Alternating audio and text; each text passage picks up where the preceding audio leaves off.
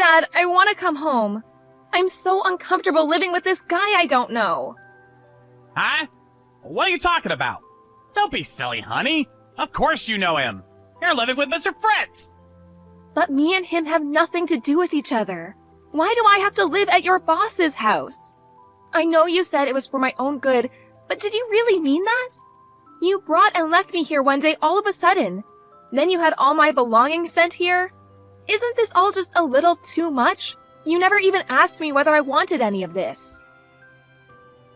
Molly, the reason I did this is because I want you to be happy. If you live with my boss, you get to eat luxurious, expensive foods every day. Plus, all of your tuition fees for that elite technical school you've got your heart set on will be covered. Don't you think these are some pretty attractive benefits? I have my debts to think about too, you know. As much as it pains me, I couldn't realize my dreams for you by myself. At least this way, you get to live the life you want, right? You understand, don't you, Cupcake? I wanted to give you a life free of worry and financial hardship. You didn't have to do that. I never asked you to realize my dreams for me.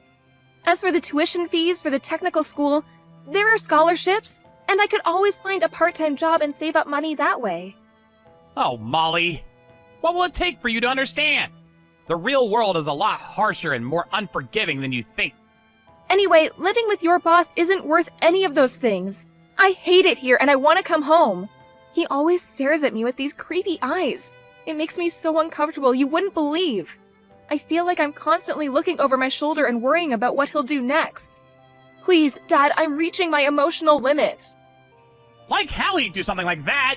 Are you claiming my boss is some kind of weirdo? Don't insult him like that. It's the truth. Please believe me. I don't have any friends in school, so there isn't even anyone else I can talk to about this. I feel totally alone. I'm begging you, Dad. I can't take it anymore. He sends chills down my spine. I'm not exaggerating. He's literally the creepiest guy I've ever met. What am I supposed to do? Calm down, Molly. Okay? You think too much. How big do you think the age gap between you and my boss is? He's almost 30 years older than you. Do you seriously think someone old enough to be your dad would be interested in you in that way? Huh? I messaged you exactly because I think that. Why are you ignoring what I say? I love you, Dad. How could you do this to me? What's going on with you? What are you thinking? I don't recognize you anymore. I'm your own daughter. I'm telling you I'm struggling and need your help, and you don't even believe me? You're the worst. Sorry, Cupcake. I'd love to do something about it, but that's just not going to be possible given my position right now. I mean, I already moved house, which is why you have nowhere to live except my boss's place now. What? What did you do with the house? I sold it. Oh my God, are you joking? That house was full of memories of Mom, and you sold it? You sold it without even telling me. What else was I supposed to do, Cupcake? I was late on my debt repayments, and they weren't going to pay themselves. Your mom is probably cheering me on from heaven, you know? She wouldn't want to see me struggling financially. Why didn't you even talk to me about it? Surely that was the least you could have done. That house was full of our memories together as a family. It was the only place I truly felt at home. The only place I felt like Mom was still somehow with us in some way. Why would you do this? So you could go and live with Mr. Fritz. Listen to me, Dad. Is there really no way I can come and live with you? Was this really just so you could pay off your debts? Of course it was, Cupcake. You wouldn't lie to me, right? You wouldn't hide anything from me, right? Like I said, you're living there to help me pay off my debts. Listen, the bottom line here is that you have nowhere to live except Mr. Fritz's house. And there's nothing either of us can do to change that. You only have 6 months of high school left now. You do want to graduate high school, don't you? If you moved out now, you'd have to drop out of school. And you'd enter the world of work as a middle school graduate. Do you know what that kind of life would look like? Do you? Is that what you want? If it's not, then please get through this somehow, Cupcake. Do it for your future. You probably just feel anxious because you're not used to living with my boss yet. He's a great guy, you'll see. If you could just do your best to hold out a little longer, taking things one day at a time, I'm sure you'll get used to him. If you don't, and after you graduate high school you still want out no matter what, then I'll consider some other options, okay? I want you to remember that I'm on your side, Molly, and I never abandon you, okay?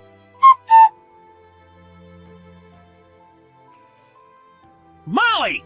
Where are you? Hey! Answer the phone now! I won't. What the hell did you go and do? I just heard from my boss. He said you escaped? What the heck are you playing at? What do you mean, what did I go and do? Do you have any idea how much he terrified me? He made me go out to a fancy restaurant with him on my birthday. When we got out, he grabbed hold of my arm and dragged me somewhere against my will. Do you know where he took me? Did he tell you? You know, don't you? Sheesh, what's the big deal? It was just some run-of-the-mill business hotel. Which part of that hotel had anything to do with business? I can't take it anymore. I seriously can't take anymore. Everyone has a breaking point, and this is mine. Even just thinking about it is traumatic. God, he's so gross. Fine. I'm gonna come and pick you up. Can you at least tell me where you are? Huh? No way am I telling you. What? Why not? How am I supposed to help you if you won't tell me where you are? I'm really worried about you, Cupcake, so you have to tell me, okay? You help me? You worry about me? You're the one who sold me to your freaking boss. It's nothing but lies, Dad. Do you actually think it's gonna work with me anymore? I heard everything about how you said he could do whatever he wanted to me when I reached 18. You said that, didn't you, Dad? In return for him reversing your dismissal from the company and having him take over your debt repayments. You sold him to me in return for all of that, didn't you? Don't be ridiculous. You don't really believe that, do you, Cupcake? What kind of dad sells their own daughter? You. It was my birthday today. You knew that when you sold me. I don't want anything to do with you ever again. You could disappear off the face of the earth and I wouldn't care. I wish you at least had the decency to get the hell out of my life before you put me through this hellish ordeal, though. Get out of your life? You're just being silly now. Anyway, get back to Mr. Fritz's house at once. Your whining is tedious, and I'm done listening to it. Did you hear me? I said get back to my boss's house right now. Can you do this for me? For your dad? Please, Cupcake. I won't go back, and I won't do anything you say. Someone more important than you or your boss helped me out. It's all over now. Huh? Someone more important than me or my boss? What are you talking about? I'm your dad, which means I can do whatever I want with you. Is this how you repay me for all the time, effort, and money I put into raising you? With spite and disobedience? I don't want to believe it, that you don't love me. It was such a shock because I loved you. And I mean, what daughter wants to accept their own dad would do something like that to them? But you know what? I'm actually pleased. Because there's nothing more reassuring than the promise of one's own safety. And I have that now. Bye. Hey! Just you wait! Molly! President Cooper, Oh, I see you still haven't been arrested. I'd appreciate if I could speak to you one more time about the matter of what happened recently. I want to ask if you'll at least allow me the privilege of meeting my daughter one last time. Mr. White, my old employee. What are you talking about? You don't have a daughter, do you? Please, sir. Respectfully. But I don't think this is the time for jokes. I'm talking about Molly. I implore you not to believe a word she says. It's nothing but baseless lies and deluded fantasy. She lost her mother at a very early age, and as a result, she's very emotionally unstable and has a tendency to say inappropriate things. That's why I need you to believe me when I tell you neither me nor Mr. Fritz have done anything worthy of criticism. You were never any good at your job, Mr. White, and you were one of the least enthusiastic employees I've ever seen. In spite of that, I still believed in you for some reason, but I had no idea you were the kind of dirtbag who'd sell your daughter.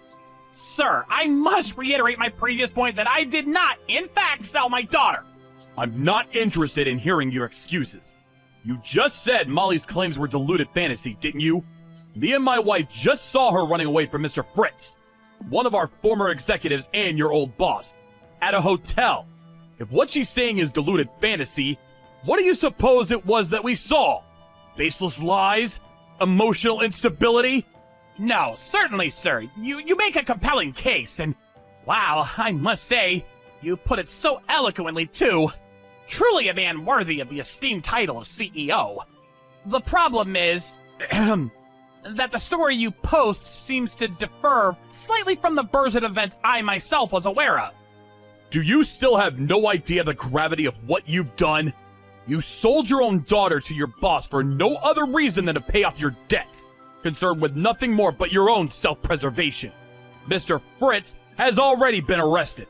I find the thought of people as depraved as you two working at my company quite frankly terrifying. And I will stop at nothing to ensure your total eradication from the company ranks once and for all. President Cooper, what's going to happen to me? I won't really be arrested, will I? Isn't there anything you can do about this?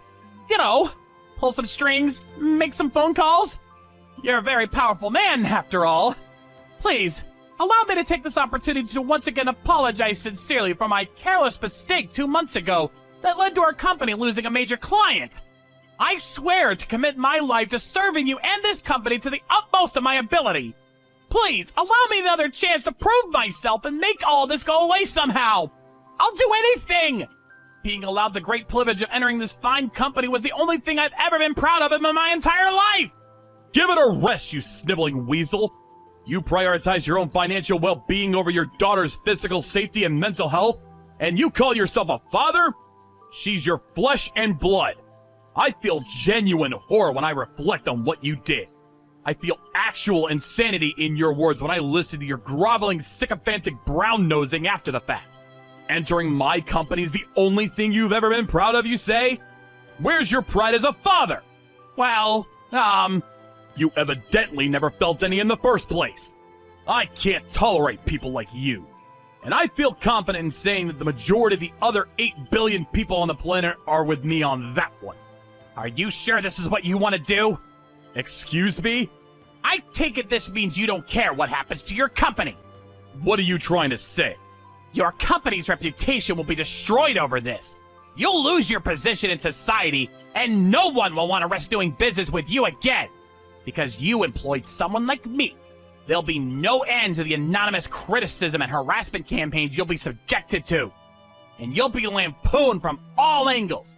Everything you worked so hard to build will come to ruin. It'll only be a matter of time before you go bankrupt. However, if I remain here, that can all be avoided. If you can use your power and influence to prove my innocence against these hurtful accusations, that is, Mr. Fritz did this all on his own after all, didn't he? How does that sound? Do we have an arrangement? I think you'll agree that this isn't a bad offer for you. In fact, I think you might find it quite beneficial. You're a smart man, Cooper. I think you understand what I'm saying. So what'll it be, President? Will you work with me on this? I see. Interesting. Not a bad idea for someone so bad at his job, huh? Sorry, Mr. White, but the only outcome I'm interested in here is one that involves you being behind bars wearing orange. Huh? Please, look at this online news site. Hang on, I'll send you the link. Silicon Valley CEO rescues 18-year-old high school student is the name of the article. Huh? What? Seems like it's going viral. I caught a glimpse of it on both the local and national news programs too. It really seems to be doing the rounds. No names have been released, so pretty much nothing has changed at the company for me or any of the employees. Did you read the article? They're singing my praises like you wouldn't believe. You should take a look. It's very relevant to you. Whoa, whoa, whoa! Hold on a second! This has to be fake, right? Don't you think the contents are a little too accurate for it to be fake? Not a hint of criticism or a single negative portrayal of me. This can't be happening. Anyway, even if my company did go bankrupt, I'd just start over and rebuild from scratch. I am in the very favorable position of having more money than I know what to do with. Not to mention the many connections I forged with key players in the industry over the years. Your fate is already decided. President Cooper, please! I'm begging you! Please, help me somehow! There has to be something you can do! I don't deserve this! I'm about to take these chat logs to the police station where they'll be submitted as evidence. Would you like to add anything final before I do? Forgive me for cutting the conversation short, but you're irritating me now. Please do something! Anything! I'm begging you! Now it's your turn. I'm selling you to the police.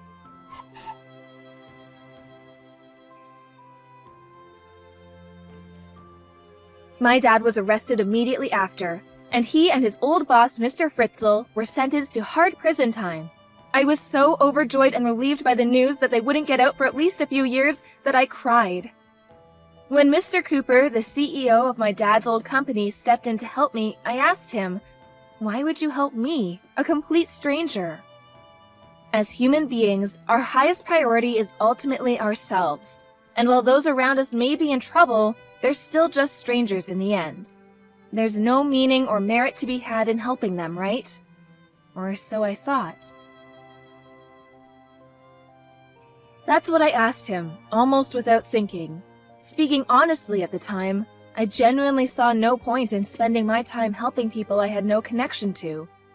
Mr. Cooper just said, "I know better than anyone what it feels like to be overwhelmed with gratitude and joy when someone helps you in your hour of need." And with no further elucidation, dropped me off in front of his house with his wife. Initially, it seemed like I'd have no choice but to go into a care home because I had no relatives to speak of. But Mr. Cooper's wife hugged me tightly, and through floods of tears kindly said to me, "Molly, you're more than welcome to live here with me and my husband for as long as you need, if it's what you want, of course." I accepted, and lived with the two of them for about 2 months. I'm certain it was thanks to Mr. Cooper I was able to stay there, and I'll be eternally grateful for the way he was there for me when I needed a helping hand more than ever. This all happened a few years ago, and now I'm working happily at Mr. Cooper's company, which he renamed and relocated not long after the whole Mr. Fritzl incident.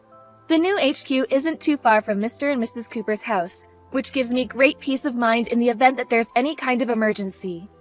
He stressed empathetically that I didn't have to work at his company out of any obligation to him, and encouraged me only to stay if it was what I truly wanted. But what I truly want is to repay the debt of gratitude I owe to the man who saved my life. I still think about what happened back then from time to time, back when I had no friends or a soul in the world to rely on, and even my own family couldn't be trusted. I'm so happy now that that period in my life almost feels like a dream. Now I'm blessed with a workplace that's full of laughter, a close group of friends the same age as me, and a new family. I want to continue my life with a positive, outward-facing attitude. Just like my role models, Mr. and Mrs. Cooper. Thank you so much.